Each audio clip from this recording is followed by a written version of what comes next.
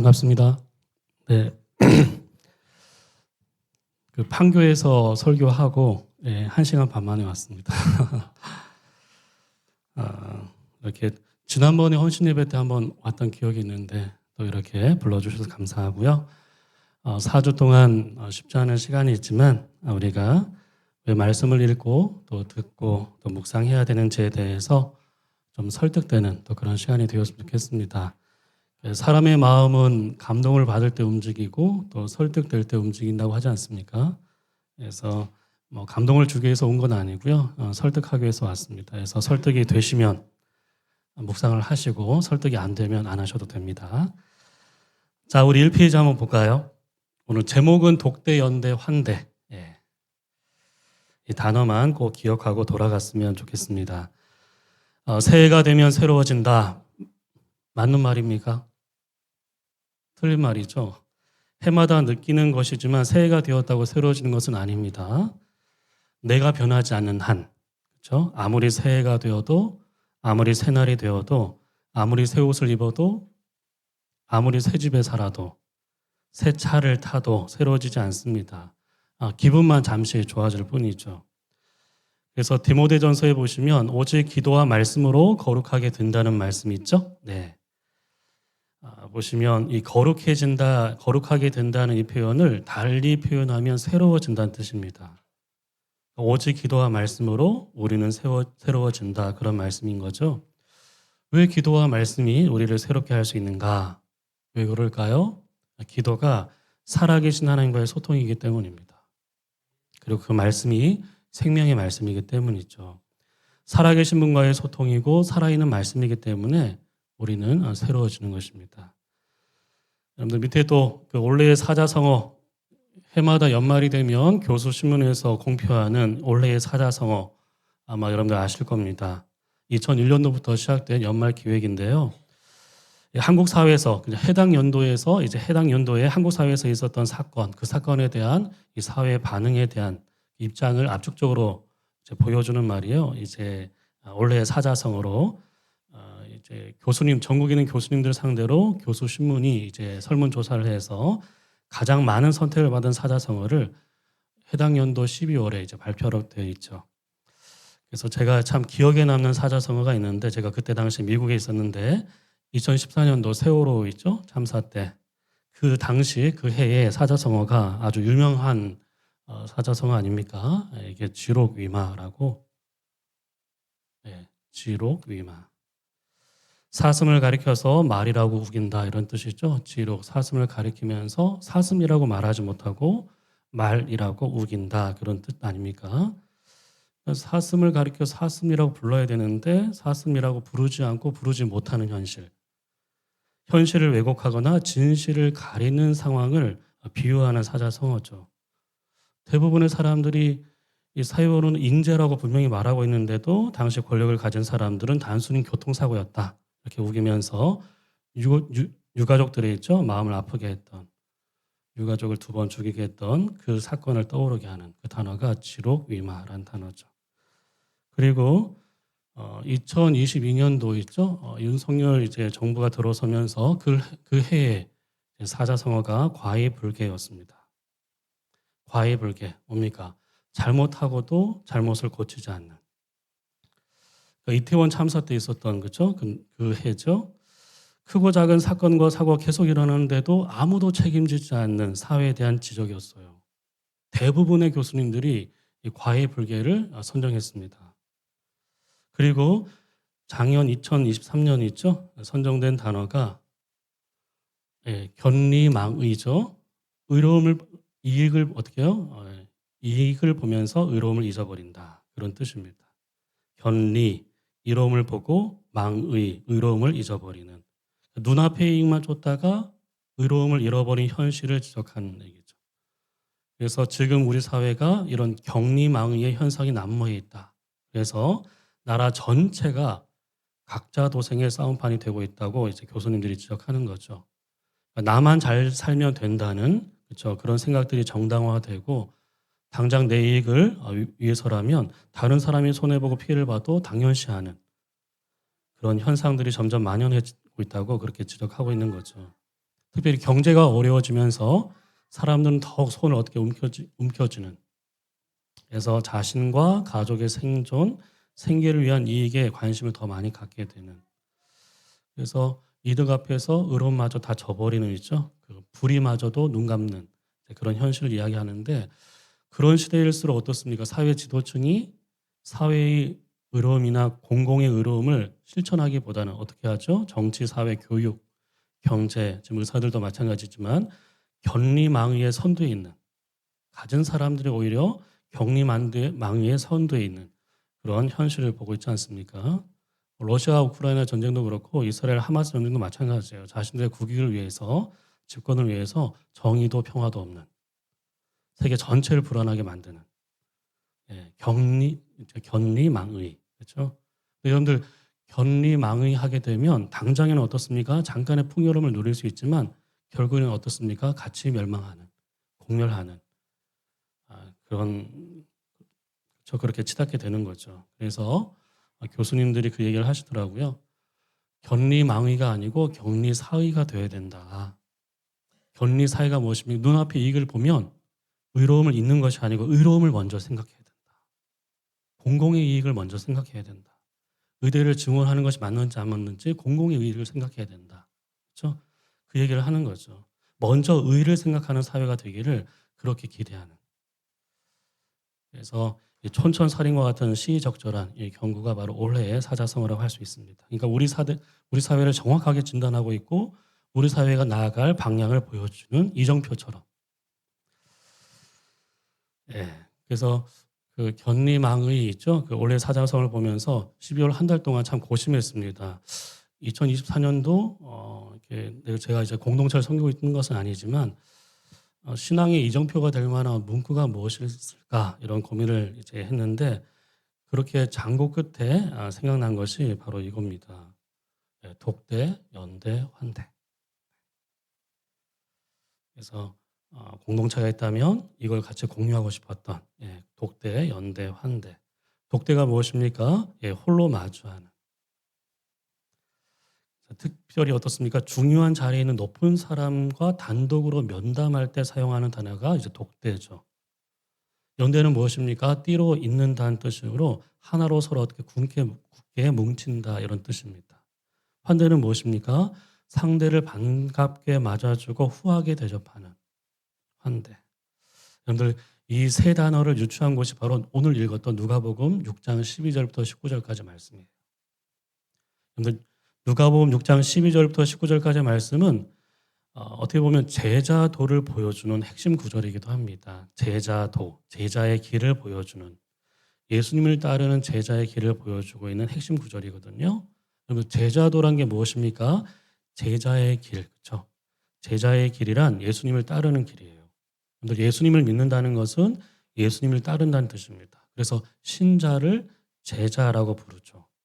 모든 신자는 제자입니다. 제자가 되어야 하는 것이 아니고 처음부터 제자로 부름을 받았다는 사실을 기억하셔야 돼요.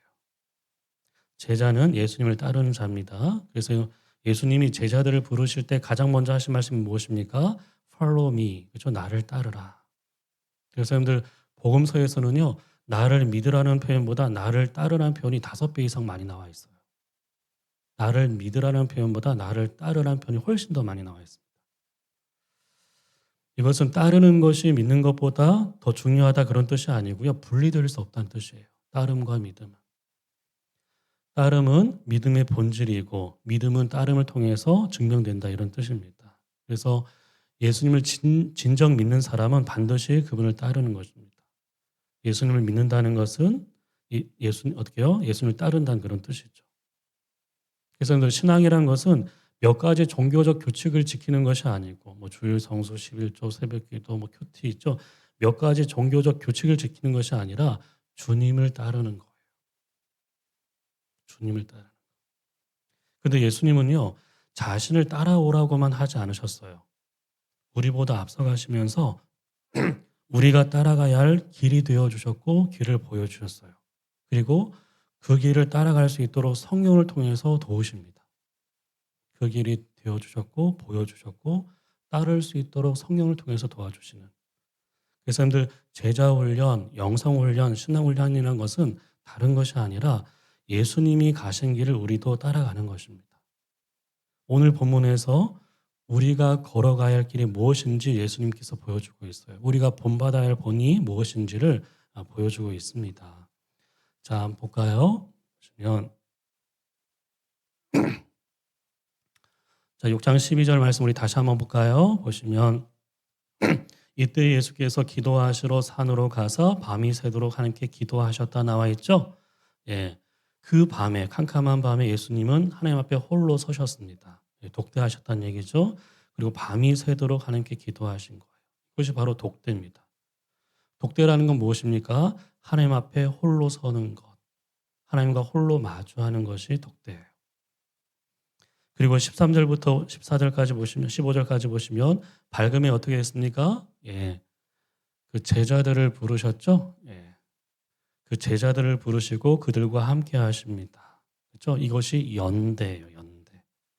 예수님은 홀로 기도하시고 나서 홀로 사역 현장으로 가신 것이 아니고 누구와 함께 가시는 겁니까? 12 제자와 함께 가시는 거예요. 함께 했던 그들과 함께 세상을 향해 나아가시는 것입니다. 이게 연대예요. 연대. 그리고 17절부터 19절까지 있죠? 이것은 환대한 거예요. 환대. 자, 보시면 예수께서 그들과 함께 내려오사, 그렇죠? 평지에 서시니 그 제자의 많은 무리와 예수의 말씀도 듣고 병 고침을 받으려고, 그렇죠? 많은 사람들이 왔죠? 더러운 귀신에게 고난받는 사람을 또 고침을 받기 위해서 왔습니다. 그래서 모든 사람이 낫게 되는. 그러니까 예수님은 어떻습니까? 산에서 내려오셨죠. 그리고 예수님께 몰려든 수많은 사람들을 맞아주셨어요. 그들은 예수님께 와서 말씀도 듣고 치유도 경험했습니다. 그러니까 누구도 예외 없이 다 맞아주시는, 이걸 뭐라고 하죠? 환대하신 거, 환대. 그러니까 독대하셨고 연대하셨고 환대하셨다. 이것은 여러분들 우리 영성과 연관이 있습니다. 우리 PPT 한번 볼까요? 보시면 여러분들 우리 영성과 연관시켜 본다면 독대라는 것은 영성의 뿌리가 돼요. 뿌리. 연대는 영성의 줄기에 해당되고요. 환대는 영성의 열매에 해당됩니다. 중요한 것은 순서예요. 순서. 독대가 먼저고요. 그 다음이 공동체고 그 다음이 사역입니다. 아시겠죠? 독대가 먼저고 그 다음에 공동체고 그 다음에 봉사라든지 사역입니다. 근데 우리는 늘 반대예요. 어떤 일이나 있죠? 봉사나 사역을 먼저 생각하죠. 그래도 혼자 안 되니까 사람들을 찾고 그래도 안 되면 마지막에 가서 하나님을 찾는, 하나님께 기도하는, 그렇죠? 늘 하나님이 늘 후순위인, 우린 반대 아닙니까? 근데 예수님은 하나님과의 독대가 먼저였습니다. 그렇죠? 공동체도 사역도 아니고 하나님과의 독대가 먼저였어요. 시작은 독대인 거예요. 하나님과의 만남이었고 하나님과의 교제였죠. 이게 우선이었습니다. 여러분들 뿌리가 건강해야 가지도 건강하고 줄기도 건강하고 나무도 건강하고 그래야 열매를 맺을 수 있어요. 뿌리. 보이지 않지만 그 뿌리가 중요하고 보이지 않지만 그 기초가 중요하거든요. 영성의 뿌리가 되는 하나님과의 독대가 그게 중요합니다. 그리고 우선되어야 돼요. 자, 여러분들 하나님께 밤이 새도록 기도하셨죠. 여러분들 그렇게 독대하시고 기도하시고 받은 응답이 무엇일까요? 그 기도 가운데 주님께서 하나님께 받은 응답이 무엇일까? 본문에는 나와 있지 않은데요. 누가복음 3장과 9장에 나와 있어요. 3장에 보시면 예수님이 처음으로 기도하시는, 세례를 받을 때 기도하시는 장면이 나오는데 그때 하나님의 음성과 응답이 이거였습니다. 너는 내 사랑하는 아들이다. 내가 너를 기뻐한다. 요단강에서 세례 받으실 때, 공생을 시작하실 때 세례 받으실 때도 임성을 들었고요. 변화산에서, 그러니까 십자가를 앞에 두고 변화산에서 기도하실 때도 같은 음성, 같은 응답을 받으셨어요. 너는 내 사랑하는 아들이고 내가 너를 기뻐한다. 공생애를 시작하시면서도 그렇고 십자가를 앞에 두고도 동일한 음성을 듣습니다. 너는 내 사랑하는 아들이다. 내가 너를 기뻐한다. 여러분들 공생애를 보시면 예수님은 늘 어떻게 세상으로부터 홀대를 받으셨죠. 세상은 늘 예수님을 홀대했습니다. 근데 예수님은 자신이 사랑받는 자임을 아셨기 때문에 세상 속에서 당당하게 사실 수 있었어요. 그리고 사명을 감당할 수 있었습니다.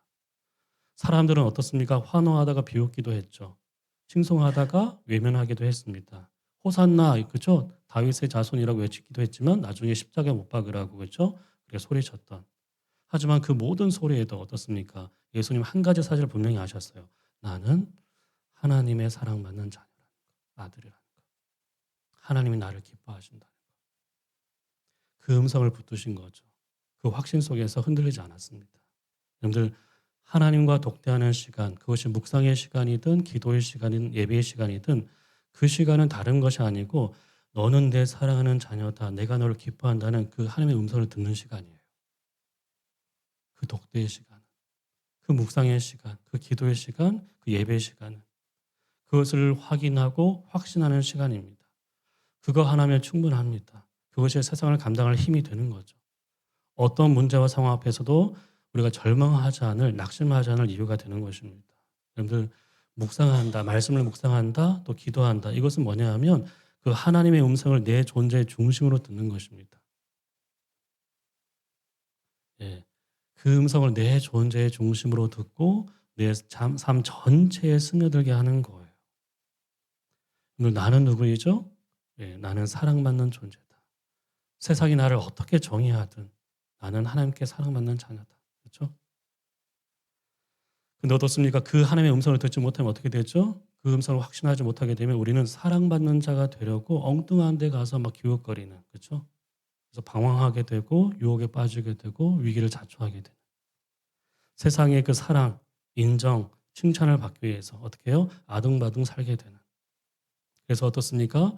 돈에, 성공에, 관계에, 그렇죠? 그리고 어떻겠습니까? 자신의 정체성에 관한 어떻게 진리를 어떻게 해요? 어떻게 보면 다른 데서 찾으려고 하는. 성취나 성공에서 찾으려고 하는. 거기 연연하게 되는. 그렇게 되는 거죠. 그래서 어떻습니까? 세상에서 진정 자유롭게 살기 위해서는 자신의 정체성에 관한 진리를 명확하게 들어야 돼요. 내가 누구인지. 우리의 정체성은 분명합니다. 하나님께 사랑받는 자라는 거. 그렇죠? 하나님 기뻐하시는 자라는 거.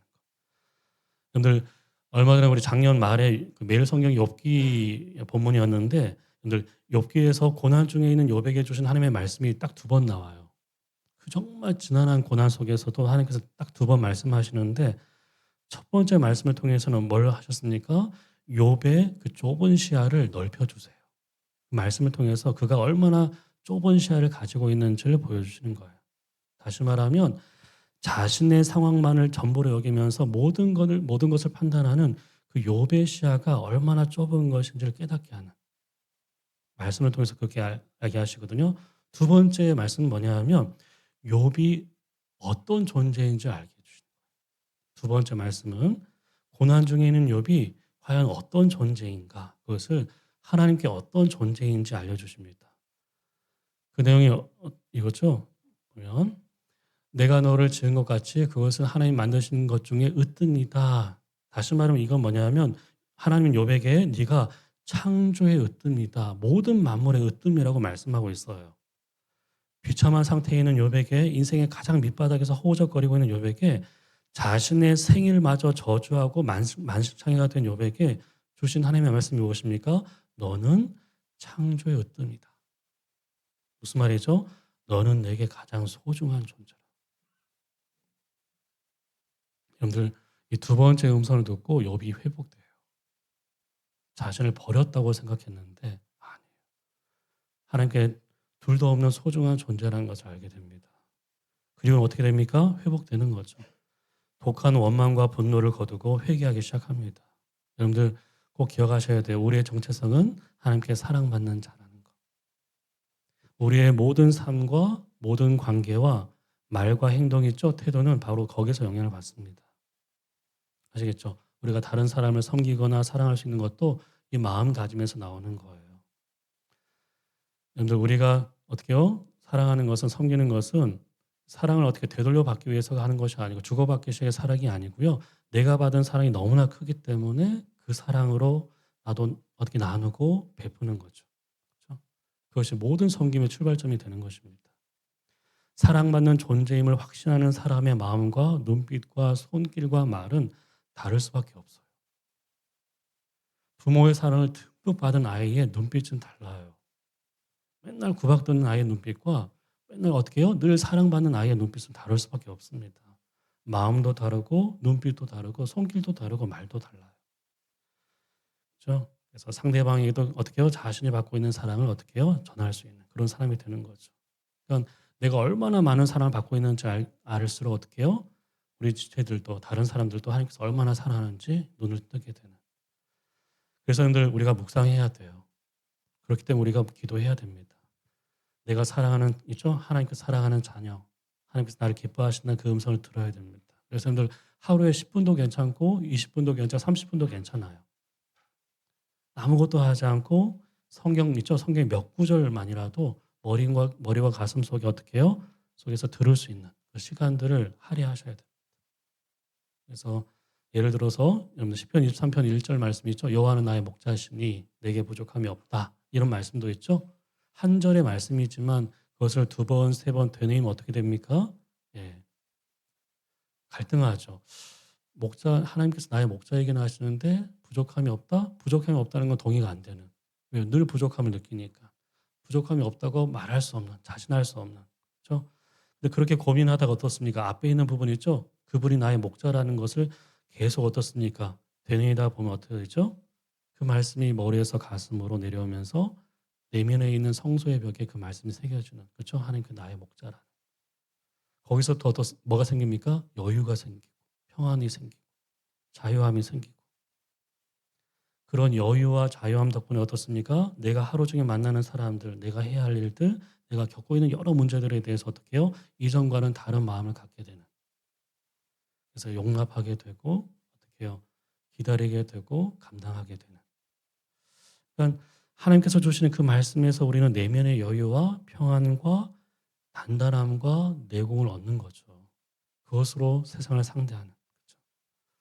여러분들 이런 일들은요. 우리가 개인적으로 성경을 읽을 때나 큐티할 때나 아니면 설교를 들을 때나 아니면 구역에 있는 식구들과 말씀을 나눌 때 언제든지 일어날 수 있는 일입니다. 말씀이 있는 곳이라면 얼마든지 이런 역사가 일어납니다. 그래서 여러분들 올 한 해는요. 말씀에 대한 감각이 좀 깨어나면 좋겠어요. 다른 거 말고 말씀에 대한 감각. 그렇죠? 무뎌진 감을 다시 한번 찾는. 그렇죠? 그래서 여러분들 혹시 여러분들 가운데 뭐 나는 말씀을 다 알 것 같고 있죠? 다 들어본 것 같고 거기서 거기로 들리고 있다면 그 사람 아주 영혼이 위험한 상태에 있는 거예요. 말씀이 들리지 않는 것이 가장 큰 위기입니다. 말씀이 들려야 되는데 들리지 않는 것이 가장 큰 위기죠. 그래서 여러분들 하나님과의 독대를 먼저 하셔야 돼요. 그 독대로 하루를 시작하는 한 주를 시작하는 그렇죠? 그래서 그 음성을 듣는 주님을 위해서 무엇인가를 해드리기 전에 먼저 그분의 음성을 듣는 것이 우선입니다. 아시겠죠? 드리기 전에 듣는 것이 우선이에요. 이 독대가 왜 중요합니까? 여러분들 그 강연에 나와 있지만 독대 없이 뭐가 불가능합니까? 연대가 가능하지 않습니다. 여러분들 그 다음 페이지 한번 가보시면 이 페이지에 독대와 연대 나와 있죠? 예. 독대 없이 연대가 안 돼요. 여러분들 그 밑에 나와 있는 말씀처럼 12제자의 이름이 나와 있지 않습니까? 그렇죠? 제자들의 명단. 12제자의 명단은 무엇을 의미할까? 전 두 가지라고 생각해요. 12의 이름을 이렇게 기록해 두신 이유가 저는 두 가지라고 생각하는데 첫 번째는 뭐냐 하면 제자들의 숫자가 너무 작아요. 12. 12명은 어떤 일을 해내기에는 너무 작은 숫자입니다. 당시 바리새인들은 몇천 명이나 됐거든요. 몇천 명에 달하는 있죠 바리새인들. 그것도 지식에 출중했던 바리새인들에 비하면 12명의 제자는 어떻습니까? 정말 작은 숫자인데다가 어떻습니까? 그들의 면면을 살펴보면 너무나 평범했던 보잘것 없었던 그런 사람들이었어요. 무슨 말이죠? 하나님의 일을 하기에는 하나님 나라를 세우기에는 어떻게 해요? 너무나 모든 면에서 부족했다는 뜻이에요. 숫자적인 면에서도 실력적인 면에서도. 근데 중요한 것은요. 예수님이 보실 때 숫자의 많고 적음은 중요하지 않았다는 얘기예요.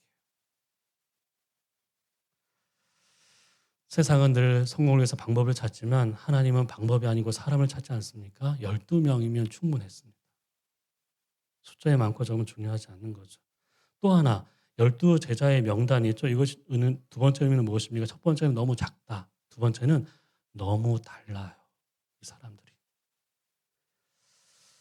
그러니까 출신이나 배경이나 직업이나 기질이나 성격, 관심사가 다 달랐습니다. 공통점에는 하나도 찾을 수 없는. 그러니까 이런 사람들과 공동체를 이루는 것도 힘들고 어떤 일을 하는 것도 힘든. 그렇죠? 베드로는 다혈질이죠. 요한은 우울질이에요. 도마는 의심이 많죠. 그렇죠? 유다는 계산이 빠릅니다. 세리 마태도 있었죠. 거기다 열심당원인 시몬도 있었고요. 명상가였던 나다나엘도 있었다. 어떤 사람은 열심당원이고 어떤 사람은 나무 아래에서 명상하는 사람이고. 그 나중에 배반할 유다도 그 안에 있었습니다. 달라도 너무 다른 사람들. 이런 사람들 연대가 가능합니까? 가능하지 않죠. 그래서 늘 교사들의 교사라고 불리는 네. 이것도 넘어갈까요? 예. 파머 파커가 이런 얘기했어요. 공동체란 가장 함께하고 싶지 않은 사람과 항상 함께하는 것. 별로 반응이 무슨 말인지 아시겠죠? 가장 함께하고 싶지 않은 사람과 항상 함께해야 되는 곳이 공동체예요. 참 이상한 정의죠. 그렇죠? 함께하고 싶지 않은 사람과 항상 함께하는 것. 근데 이상해 보이는데 공동체 현실 이보다 더 솔직하게 정의한 것은 없어요. 정말 사실적으로 얘기한 거예요. 그렇죠? 우리 공동체 얼마나 서로 다릅니까? 그렇죠? 생각도, 기질도, 성격도, 기호도, 배경도. 가만히 있을 때는 몰라요. 근데 뭔가 일을 할 때 부딪히지 않습니까? 근데 심지어는요, 신앙의 색깔과 결도 달라요. 신앙의 색도 결도 달라요. 기도할 때 통성 기도를 선호하는 사람이 있고요. 조용히 침묵 기도하는 것을 원하는 사람도 있습니다. 근데 막 섞이죠. 막 기도를 서로 방해하고. 그렇죠? 찬양하는 모습도 다르죠. 예. 섬기는 모습도 다르고요. 말씀을 나눌 때도 달라요. 어떤 사람은 분석하듯 자세하게 나눈 사람이 있고 어떤 사람은 두루뭉실하게 있죠. 내용만 이야기하는 사람도 있습니다. 여러분들 내 마음에 맞는 사람보다 내 마음에 맞지 않은 사람이 더 많은. 근데 문제는 나도 다른 사람의 마음에 맞지 않을 수 있어요. 네. 그게 공동체라는 얘기죠. 그래서 여러분들 공동체 안에서 가장 필요한 것이 무엇일까요? 바울은 에베소서에서 이야기합니다. 용납이라고 용납.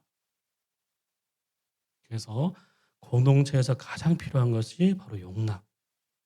사랑 가운데서 서로 용납하라. 여러분들 용납이란 게 무엇입니까? 예, 용납이라고 앞에 나와 있죠. 용납이란 것은 상대가 하나님이 아닌 것을 인정하는 거예요. 아시겠죠? 상대가 신이 아니란 얘기예요. 완벽한 사람도 아니고 완전한 사람도 아니라는 것을 인정한다는 뜻입니다. 그러니까 하나님만이 주실 수 있는 것을 그 상대에게 바라면 안 돼요.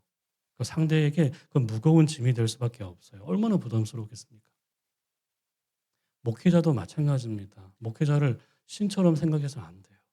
그러니까 하나님만 주실 수 있는 것을 목회자에게 바라서도 안 됩니다. 그래서 여러분들 어떻게 연대할 수 있습니까? 꼭 기억하십시오. 요구하는 자세를 버리고 용납하는 자세를 가져야 연대할 수 있어요. 아시겠죠? 뭔가를 계속 요구하는 태도를 버리고 용납하는 태도를 가져야 돼요. 그러면 연대할 수 있어요. 여러분들 우리가 얼마나 자기중심적입니까? 거듭나는데도 새 사람이 되었는데도 그 집요한 자기중심성을 버리지 못하거든요. 그래서 여러분들 조금만 나에게 서운하게 하면 어떻습니까? 나를 좀 무시하거나 나를 배제하는 것처럼 보이는 어떤 일이 생기면 가차없어요. 그냥 교회를 떠나버리는 거예요. 교회를 바꿔버리고. 그렇죠? 더 이상 그 사람과 상대하지 않고. 그러니까 공동체 안에 속해 있지만 여전히 어떻게 자기 일을 중심으로 판단하고 있는, 처신하고 있는. 여러분들 하나님과의 독대에서 나오는 그 은혜 없이는요. 나와 정말 다른 사람의 다름을 인정하기가 쉽지 않아요. 아시겠죠? 내가 정말 사랑받는 자인 것을 그 독대를 통해서 확인하지 않고서는 상대를 어떻게 해요? 인정하기가 쉽지 않습니다. 정말 달라지지 않을 것 같은 해가 거듭하는데도 늘 똑같은 상대의 약함을 받아들이는 게 쉽지 않아요. 시기와 질투 없이 서로의 은사를 존중하는 것이 쉽지 않습니다. 너무나 어려우니까 어떻습니까? 그래서 기도하라고까지 했죠. 예, 얘기하는. 여러분들, 근데 주님은 왜 공동체를 두셨습니까? 그 공동체 안에서 서로의 다름을 인정하는 법을 배우길 바라시는 거예요. 아시겠죠? 서로의 다름을 인정하는 것, 서로의 약함을 받아들이고 서로의 은사를 존중하는 법을 배우기를 원하시는 그건 공동체 안에서만 가능하거든요. 한마디로 무엇입니까? 연대하는 법을 배우기를 원하시는 거예요. 이것이 공동체가 필요한 이유입니다. 이런 말이 있죠. 앞에 나와 있는 것처럼 대립이 없는 수용은 어느 누구도 섬기지 못한 상냥한 중립성이 되는, 그러니까 마음에 드는 사람만 받아들인다는 것은 그러니까 상냥한 중립성이 지나지 않는 거죠. 일본 사람들이 보통 이렇다고 하지 않습니까? 그래서 상냥한데 뭔가를 계속 따지고 있는. 그러니까 수용성이 있죠. 수용이 없는 대립은 무엇입니까? 모든 사람의 상처를 주는 무서운 공격성이 되는. 수용이 없는 대립, 이건 공격성이 되고, 대립이 없는 수용 뭡니까? 다름을 인정하자는 것은 그냥 상냥한 정도에 끝나버리는. 그래서 여러분들 다름을 인정하는 있죠? 그 수용을 배워야 돼요. 그래서 어느 누구도 섬기지 못하는 사람이 아니라 어느 누구나 상대할 수 있는 사람이 되어야 됩니다. 그런 훈련은 공동체 안에서 이루어지는 거죠. 그렇죠? 자, 여러분들 공동체는 소중합니다. 그래서 혼자서는 신앙의 여정을 완주하기가 불가능해요. 그래서 여러분들 주님은 우리에게 주신 게 공동체 아닙니까? 그렇죠? 공동체. 그래서 앞에 나와 있는 것처럼 공동체는 무엇입니까? 예, 우리가 믿음의 순례길을 완주할 수 있도록 우리에게 주신 가장 놀라운 하나님의 지혜가 바로 공동체예요. 공동체. 우리가 완주할 수 있도록 있죠?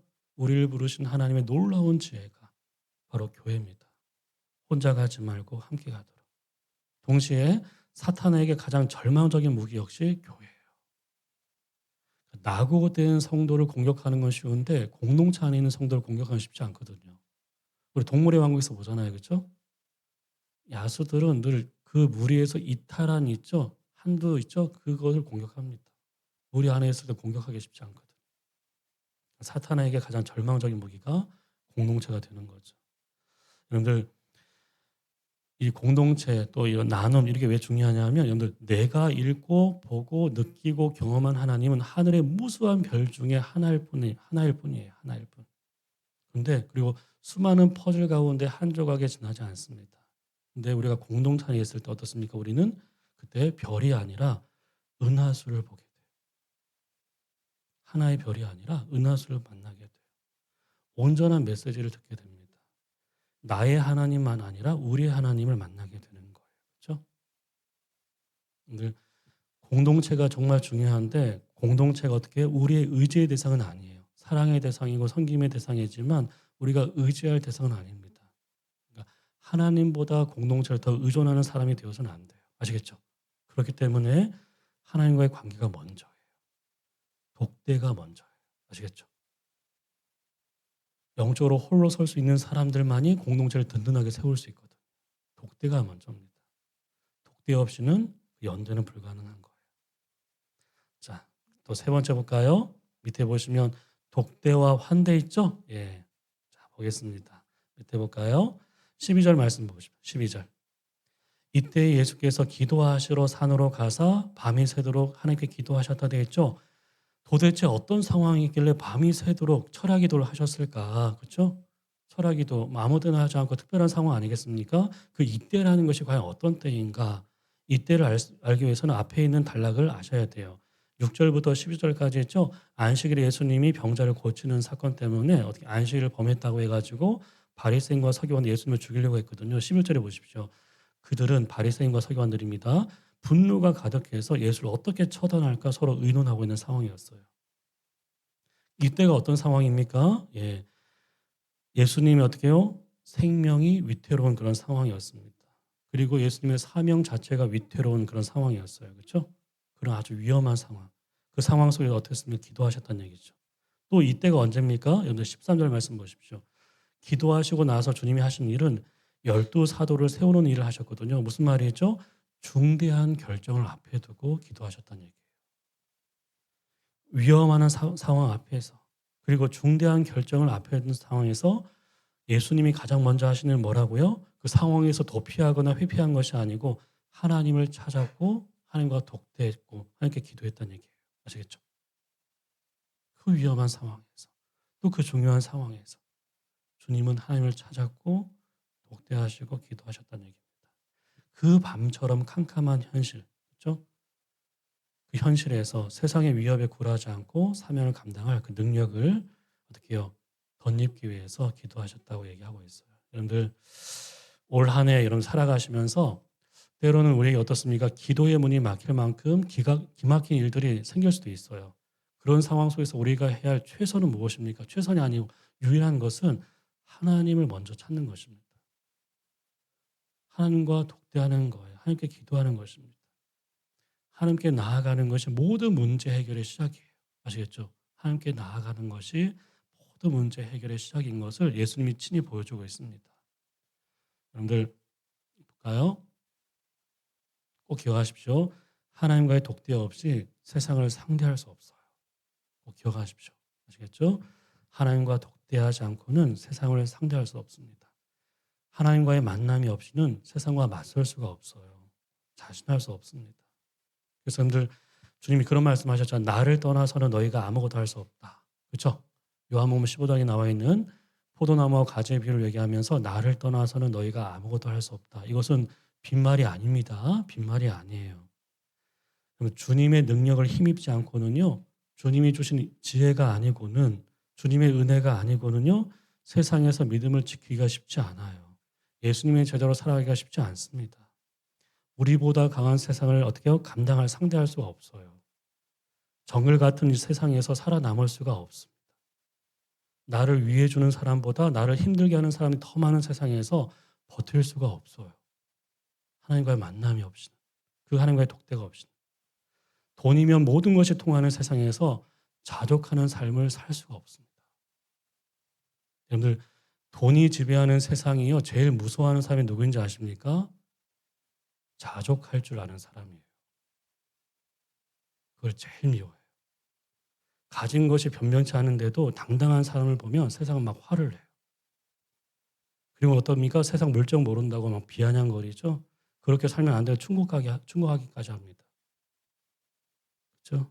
하지만 어떻습니까? 우리는 알죠. 주님이 나의 목자가 되시기 때문에. 사람이 떡으로만 사는 것이 아니라는 것을 알고 있기 때문에. 연봉을 따라 살지 않고 소명을 따라 살도록 부름받았다는 것을 알기 때문에 어떻게 해요? 우리는 세상과 다르고 그렇죠? 다르게 살고 다르게 살 수 있고 다르게 살아야 한다는 것을 아는 거죠.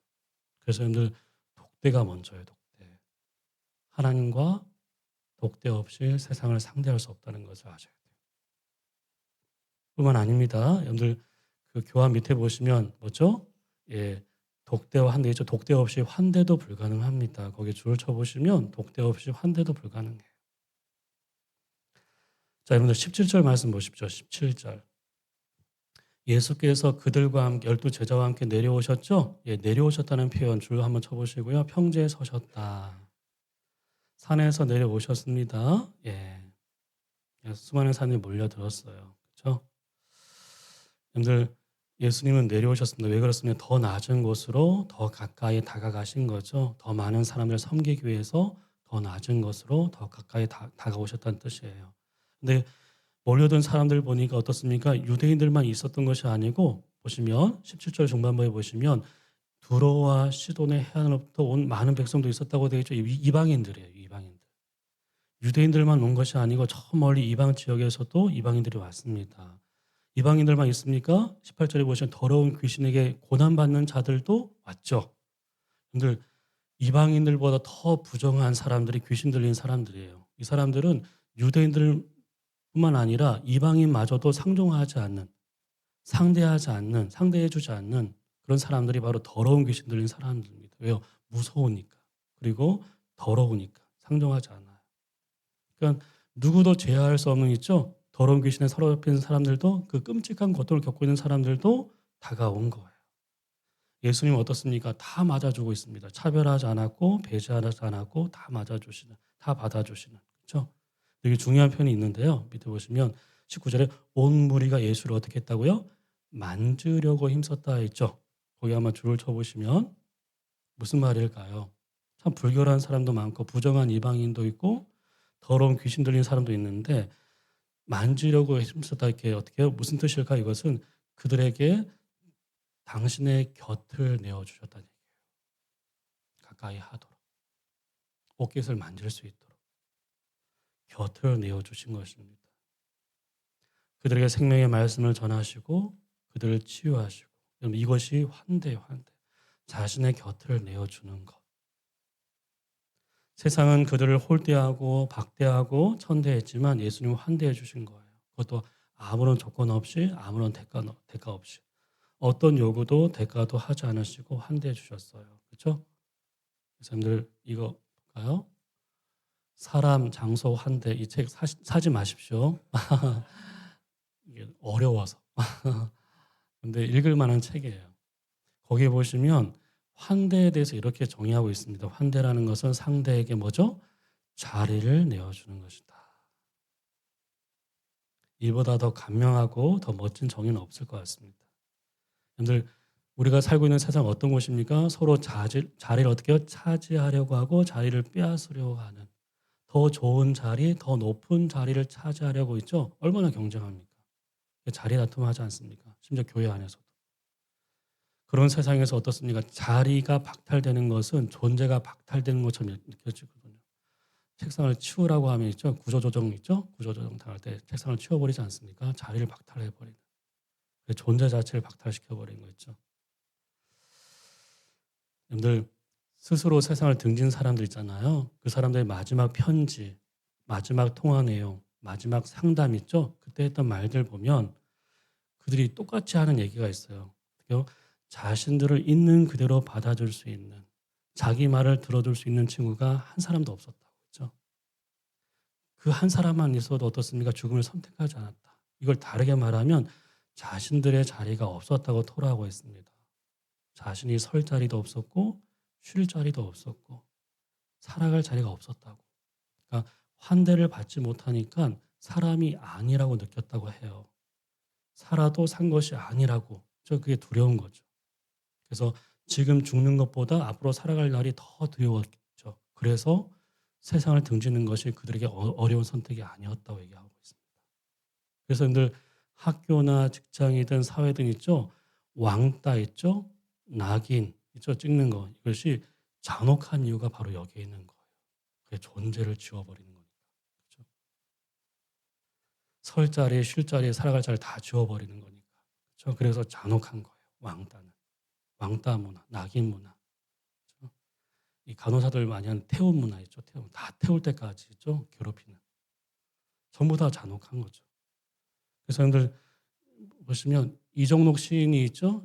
그런 얘기했어요. 사람의 도리란 다른 것이 아니라 살아있는 것들에게 의자를 마련해 주는 것이다. 제가 예전에 이제 순천에 가서 강의를 하는데 순천에는 그 어떤 장로님 가정이 저기 건축사 하시는 분인데요. 저 산 쪽에 산자락에 집을 지으셨더라고요. 근데 여러분들 고양이들이 겨울 때 가장 많이 죽는 거 아시죠? 고양이는 겨울에 가장 많이 죽어요. 길냥이들은. 근데 그 장로님 댁 가보니까 나무 박스로 이제 몇 개를 더 지어 놓으셨더라고요. 마치 약간 작은 건물처럼. 알고 보면 길냥이들이 와서 어떻게 해요? 거기서 쉴 수 있도록.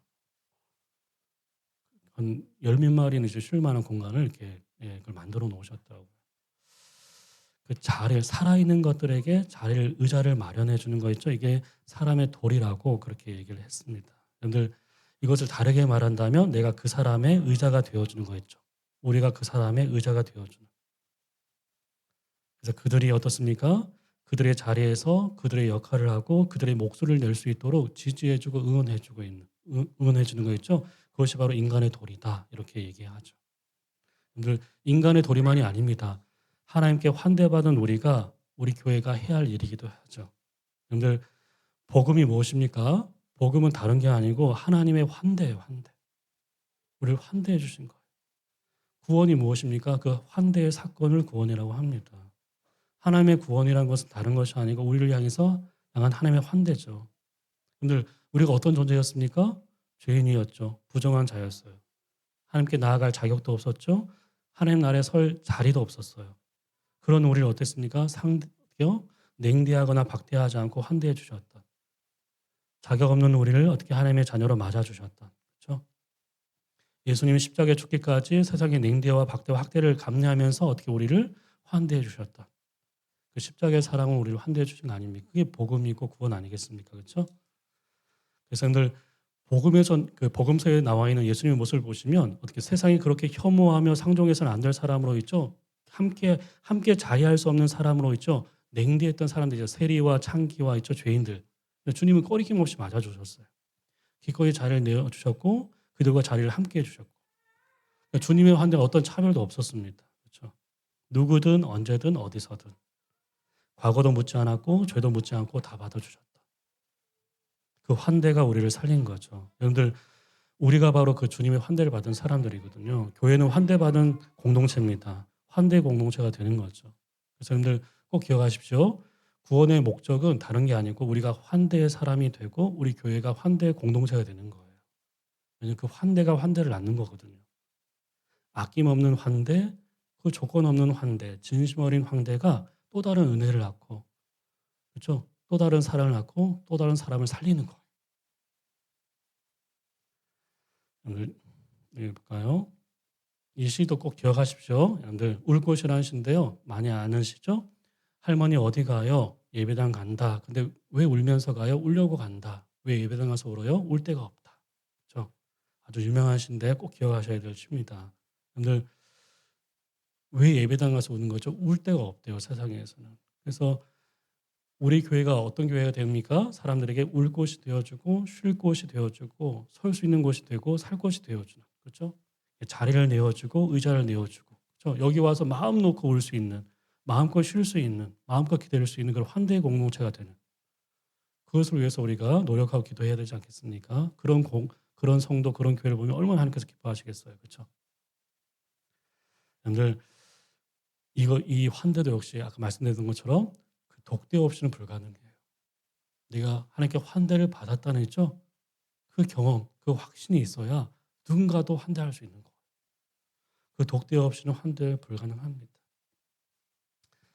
여러분들 올 한 해 있죠? 어떻게 보면 하고 싶은 거, 이루고 싶은 거 참 많겠지만 올 한 해만큼은 독대, 연대, 환대에 힘쓰는 그런 한 해가 되었으면 좋겠어요. 돌이켜보면 여러분 어떻습니까? 참 많은 일, 작년 한 해 좀 많은 일들 할 것처럼 보였지만 많은 못했잖아요. 그렇죠? 올해도 마찬가지일 겁니다. 많이 욕심내지 마시고 딱 한 가지 있죠? 한 가지 목표를 세우고 내가 독대하고 연대하고 한다는데 힘쓰겠다. 그렇죠? 하나님과의 독대하는 시간을 갖는 것을 내 삶의 일부가 될 때까지 내가 노력하겠다. 하나님과 독대함으로 하루를 시작하겠다. 한 주를 시작하겠다. 그렇죠? 그런 좀 다짐을 했으면 좋겠고요.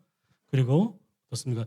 힘겨운 순간에 또 중요한 결정을 앞에 두고 먼저 하나님을 찾는 그런 한 해가 될 수 있도록. 그래서 너는 내 사랑하는 아들이다. 내가 너를 기뻐한다. 그 음성을 듣는, 확인하고 확신하는, 그렇죠? 그런 시간들을 꼭 갖도록 그랬으면 좋겠고요. 그리고 연대하는 거 있죠? 여러분들 성령이 하나 되게 말씀을 힘써 지키라는 그 말씀처럼 그 말씀을 연대의 실천, 그렇죠? 연대에 힘쓰는 그런 한 해가 될 수 있도록 힘써 지켜야 할 만큼 그 하나됨은 중요하니까, 연대는 중요하니까 그 연대를 위해서, 공동체 안에서 연대를 위해서 내가 힘쓰는 한 해가 되어야겠다. 그리고 환대의 사람이죠. 환대 공동체가 되는, 자격 없는 나를 어떻게 하나님께서 환대를 주셨으니까 값없이 받은 그 환대를 또 누군가에게 아낌없이 베푸는 저 환대의 사람, 환대의 공동체가 되길 내가 힘쓰겠다. 그렇게 결단하면 참 좋겠습니다. 우리 PPT 보시면 독대를 통해서 영성의 뿌리가 더 깊어지거든요. 연대를 통해서 영성의 줄기가 점점 더 단단해지고요. 환대를 통해서 영성의 열매가 더 풍성해지는 그런 한 대가 됐으면 좋겠습니다. 자, 그래서 여러분들 그 다음 페이지에 보시면 볼까요?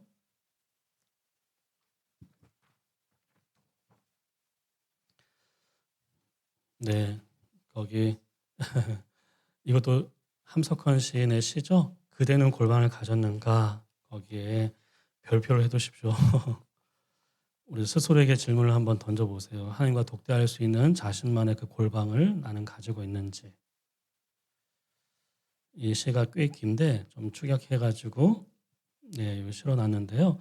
이 세상의 소리가 들리지 않는, 이 세상의 냄새가 들어오지 않는 은밀한 골방을 그대는 가졌는가? 그대는 그 님, 이 하나님이죠. 님이 좋아하시는 골방 어디다 차리려나? 깊은 산인가, 거친 들인가, 지붕 밑인가, 그렇지 않으면 지하실인가? 님이 좋아하시는 골방 깊은 산도 아니고 거친 들도 아니고 지붕 밑도 지하실도 아니고 오직 그대의 마음 은밀한 속에 있네. 그대 마음에 내 은밀히 닫고 세상 소리와 냄새 다 끊어버린 후 맑은 등잔 하나 가만히 밝혀만 놓으면 말씀이죠. 극진하신 님의 꿈 같은 속삭임을 들을 수 있네. 그렇죠? 여러분들 어떻게 해야 그분의 음성을 들을 수 있다고요? 세상의 소음 속에서는 들을 수 없대요. 세상의 악취 속에서는 들을 수 없답니다. 내 안에 시끄러운 잡음 있죠? 욕망의 소리 속에서는 분주한 마음 속에서는 그 음성을 들을 수 없답니다. 그러니까 여러분들 이 그대는 골방을 가졌는다 할 때 골방은요 결국 공간의 문제가 아니고 마음의 문제인 걸 알 수 있어요. 다짐보다 다친 마음이 더 문제인 거죠. 그렇죠? 그래서 마태복음 6장에 보시면 너는 기도할 때 내 골방에 들어가 문을 닫고 은밀한 중에 보시는 내 아버지께 기도하라. 주님도 친히 말씀하고 있죠. 너는 골방을 갖고 있는지, 그렇죠? 하나님과 독대할 수 있는 자신만의 시간을 갖고 있는지 우리에게 도전하고 있습니다. 자, 밑에는 그 고요한 시간 있죠? 예, 거기도 좀 별표를 한번 해보시고요. 자, 이 시만 하고 좀 마무리하겠습니다. 자, 그 골방의 시간 있죠? 골방의 그 자리에서 우리가 무엇을 하는지에 대한 이야기까지만 하고 좀 정리하겠습니다. 우리 같이 한번 읽어볼까요? 읽겠습니다. 자, 시작.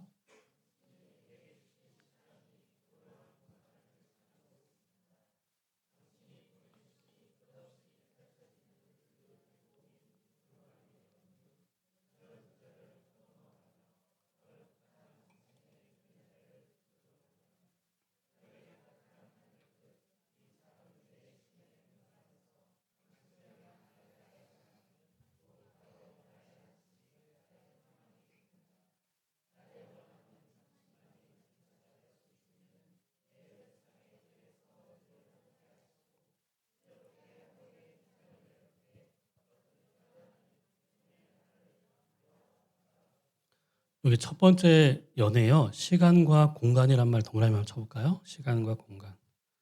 학교 다닐 때 시에다 밑줄 끈 이후로 처음이죠. 시간과 공간이 있죠. 예. 시간은 하나님이 나에게 주신 시간이 무엇입니까? 하루라는 시간이죠. 하루하루. 날마다 우리가 보내고 있는 하루를 주어진 시간, 선물이라고 얘기하고 있습니다. 주셨다는 것은 선물이라는 얘기죠. 하루하루가 선물이고 은혜라는 사실을 이야기하고 있고요. 그러면서 어떻게 얘기합니까? 그 하루의 시작을 어디서 시작합니까? 고요한 공간이 있죠. 고요한 공간은 성소예요. 성소. 골방입니다. 그 하루의 시작을 자신만의 성소에서 시작하고 있는 거죠. 고요한 공간, 하나님과 독대할 수 있는, 말씀에 사무칠 수 있는, 내 마음을 다 토설할 수 있는 성소예요. 성소. 시인은 그 하루의 시작을, 선물 같은 그 하루의 시작을 바로 성소에서 보내고 있습니다. 그렇죠? 한 주의 시작을 교회에서 보내는 것처럼 하루의 시작을 자신만의 성소에서 보내고 있어요. 그렇죠? 우리에게도 여기서부터 묵상이 시작되는 거예요. 묵상은 자신만의 성소를 갖는 것으로부터 시작됩니다. 아시겠죠? 자신만의 성소를 갖는 것. 그래서 여러분들 이번 한 주 동안 숙제를 하나 내드릴 텐데요. 아침이든 저녁이든 자기 전이든 괜찮아요. 최소한 10분에서 한 15분 정도 시간만 내셔서 마가복음 1장부터 있죠. 하루에 한 장씩 읽고 오시는 거 숙제. 아시겠죠? 예. 정해진 시간 남을 때 하지 마시고 시간을 정해서 하루에 한 장씩. 여러분들 매일 성경이 지금 없기 때문에 요즘 마가복음을 하고 있거든요. 그러니까 하루에 한 장 정도 기도하고 읽으시고 그 읽은 말씀 가운데 한 구절의 밑줄을 그으시고 마음에 와닿는 한 구절 밑줄을 그으시고 또 기도하고 마무리하는 10분에서 15분 정도는 충분할 겁니다. 그래서 중요한 것은 그것을 해내는 게 중요한 것이 아니고 자신만의 성소를 갖는 게 중요한 거예요. 아시겠죠? 꼭 정해진 시간, 장소에서 꼭 그렇게 하루하루 한번 해보시고요. 여러분들 우리가 주어진 하루를 어떻게 보낼 것인가 보다 더 중요한 것은 어떻게 시작할 것인가가 더 중요해요. 아시겠죠? 어떻게 보내는 것도 중요하지만 어떻게 시작할 것인가. 해가 중천에 떠 있는데 낮에 이제 12시 가까이 돼서 하루를 시작하는 사람과 새벽 6시에 시작하는 사람 다를 수밖에 없습니다. 어떻게 시작할 것인가. 신앙은 속도와의 싸움이 아니고 밀도와의 싸움이거든요. 얼마나 빨리 가고 앞서느냐의 싸움이 아니고 얼마나 충실하게 살아가는 싸움이에요. 그 밀도를 높이기 위해서 어떻습니까? 그렇죠. 그 하루의 시작. 성소에서 시작해야죠. 자, 두 번째 보겠습니다. 당신이 보내주시는 끝없이 펼쳐지는 그 길고 긴 두루마리 연문이 있죠. 하나님 시간만 주신 것이 아니고 뭘 보내주셨답니까? 연문도 보내주셨대요. 연문이란 단어를 줄여볼까요? 연문이 길고 긴 두루마리 연문이라고 나와 있죠. 이게 무엇입니까? 성경이죠. 성경. 연문이라는 것은 연애 편지란 뜻이에요. 그러니까 시인에게 성경 무엇입니까? 경전이 아니라 딱딱한 교리를 담은 경전이 아니고 사랑하는 분이 보내준 연애 편지로 생각했어요. 그러니까 성경을 대할 때 마음이 다른 거죠. 좀 더 관심을 가지고 애정을 가지고. 논문을 보는 거랑 연애 편지를 보는 거 다르지 않겠습니까? 그렇죠? 그 안에서 그 보낸 사람의 마음을 읽으려고 하고 뜻을 읽으려고 하지 않겠어요? 그렇죠? 예, 그래서 분석하듯 하는 것이 아니고 인격을 대하듯 귀를 기울이고 마음을 모으면서 그렇죠? 그래서 여러분들 성경을 읽을 때 중요한 것은 관찰자의 눈도 중요하지만 예배자의 마음을 갖는 게 더 중요해요. 아시겠죠? 말씀을 대할 때. 또 하나님의 말씀이니까. 뭔가를 막 찾아내고 분석하고 이렇게 하기보다는 예배자의 마음으로. 좀 경외하는 마음으로 말씀했죠. 경외에서 경청이 나오는 것이니까. 경외하는 마음이 있을 때 진정한 경청이 가능해지거든요. 그렇게 말씀을 대하는 거죠. 그러니까 여러분 묵상이라는 것은 다른 게 아닙니다. 마음과 마음이 만나는 거예요. 그분의 마음과 내 마음이 만나는 일입니다. 그래서 성경을 대할 때 이런 시인의 마음처럼 대했으면 좋겠고요. 자, 그리고 두 번째 연애 세 번째 행을 보십시오. 구절 구절을 더듬어 간다 돼 있죠? 여기 줄을 쳐볼까요? 구절 구절을 더듬어 간다. 이게 묵상입니다. 그러니까 묵상이라는 것은 속독이 아니고 정독이에요. 빨리 읽는 것이 아니고 천천히 읽는 것입니다. 그러니까 여러분들 성경을 읽을 때 빨리 많이 읽기보다는 천천히 제대로 읽는 것이 더 중요합니다. 아시겠죠? 성경을 얼마나 읽었느냐보다 어떻게 읽고 있느냐가 중요한 거예요. 근데 여러분들 천천히 읽는 게 쉽지 않거든요. 밥을 빨리 먹는 것보다 천천히 먹는 것이 힘든 것처럼 성경도 빨리 읽는 것보다 천천히 읽는 것이 힘들어요. 생각보다 쉽지 않을 거예요. 하지만 훈련을 받으셔야 돼요. 훈련해야 돼요. 왜냐하면 빨리 읽을수록 빨리 사라지거든요. 무슨 일이든 빨리 하면 빨리 사라져요. 될 수 있는 대로 천천히 읽으셔야 됩니다. 천천히 읽기 위해서 한 번만 읽지 마시고 두 번, 세 번 이렇게 읽으시면 좋겠죠. 근데 성경 읽기의 목적이 무엇입니까? 밑에 나와 있죠. 네 번째 행, 어렴풋한 당신의 그림자를 붙드는 것. 이게 묵상의 목적입니다. 묵상의 방법이 천천히 읽는 것이라면 묵상의 목적은 당신의 그림자를 붙든다. 무슨 뜻입니까? 하나님을 알아가는 거예요. 오늘 내게 필요한 말씀을 찾는 것보다 더 중요한 것은 이 말씀을 주신 하나님이 어떤 분인지를 알아가는 것. 아시겠죠? 그 말씀 속에서 하나님의 숨결을 좀 느껴보고 하나님의 음성을 듣고 그 마음을 헤아리고 그분의 뜻을 발견하고 그분과 소통하는 그런 시간을 가져야 됩니다. 하나님을 알아가는. 여러분들 꼭 기억하십시오. 성경을 묵상한다는 것은 다른 것이 아니고 하나님을 묵상하는 거예요. 하나님을 묵상. 자, 그리고 밑에 세 번째 행을 볼까요? 별이 가득한 하늘 끝 이 작은 내 쉼의 공간에서 당신을 향한 나의 사랑은 나의 안식, 나의 평안이 됩니다. 반복되는 단어가 있죠. 쉼이란 단어와 평안이란 단어 있죠. 안식이란 단어. 이게 무엇입니까? 묵상의 열매예요. 열매. 하나님과의 독대에서 나오는 말씀을 묵상하는 데서 나오는 그 열매가 무엇입니까? 쉼이에요. 쉼, 안식. 처음에는 말씀을 대하는 게 불편하고 부담이 돼요. 하지만 피하지 않고 그 말씀을 수용하고 순종할 때 진정한 쉼이 찾아오는 거예요. 내 안에 알지 못한 그 평안이 찾아듭니다. 그것이 세상을 이기는 힘이 되는 거죠. 그리고 마지막 연애 보시면 나의 원함은 당신만이 전체가 될 수 있는 내 묵상의 뜰에서 늘 함께 하시고 새롭게 하루의 휘장을 열 때 거듭 태어난 기쁨의 날을 반겨 맞아주소. 이 휘장을 연다는 표현을 줄 쳤을까요? 지성소로 들어가는 것을 묵상의 시간이라고 생각한다면 이제 묵상을 끝내고 나오는 거 있죠. 다시 휘장을 열고 나오지 않습니까? 묵상에서 일상으로 돌아가는 거예요. 아시겠죠? 옆에 써볼까요? 묵상에서 일상으로. 성소에서 계속 머무는 것이 아니고 일상으로 나아가는 것이죠. 묵상에서 일상으로. 근데 이전과는 다르죠? 뭐죠? 거듭 태어난, 그렇죠? 말씀으로 새로워진, 이전과는 다른 생각, 이전과는 다른 시선, 그렇죠? 이전과는 다른 마음을 가지고 세상을 나아가는. 그 세상을 나아가는 목적이 무엇입니까? 이 땅을 하나님의 성소가 되게 하는 거죠. 내가 가는 곳마다 하나님의 성소가 될 수 있도록, 하나님 나라가 될 수 있도록 그런 분명한 목적을 갖게 되는 거죠. 자, 그렇게 이 시인처럼 자신만의 골방, 그렇죠? 하나님과의 독대하는 시간을 꼭 갖고 그렇게 하루를 시작하는, 한 주를 시작하는 여러분이 됐으면 좋겠습니다. 아멘이 별로 없으신 우리 한 1분 정도만 시간 드릴 테니까요. 우리 옆에 있는 분들 있죠. 오늘 엄청 많이 들었죠. 머리가 하얗게 되실 것 같은데 녹화가 돼 있으니까 나중에 한번 또 들어보시고요. 우리 옆에 있는 둘씩 짝 해서 오늘 제일 도전이 됐던, 마음에 와닿았던 그런 내용이 있으면 한 1분 정도 같이 좀 나눴으면 좋겠어요. 제가 혼자만 떠들다가 그렇죠? 어색함을 깨야 됩니다. 네. 혼자 있는 분들은 찾아가시고, 교회는 혼자 있도록 놔두는 것이 아닙니다. 그래서 찾아가셔서 말 좀 거시고, 네.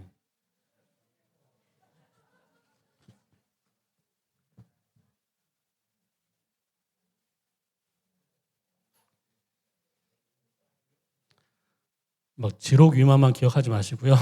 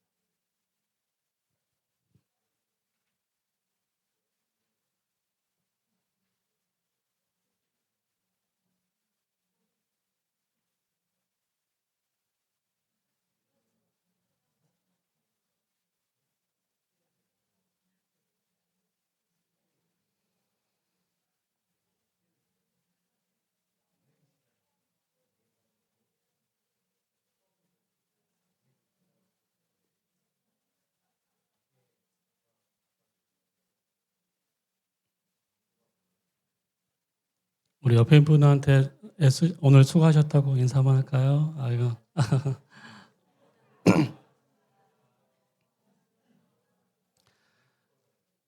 여러분들 꼭 기억했으면 좋겠어요. 독대, 연대, 환대요.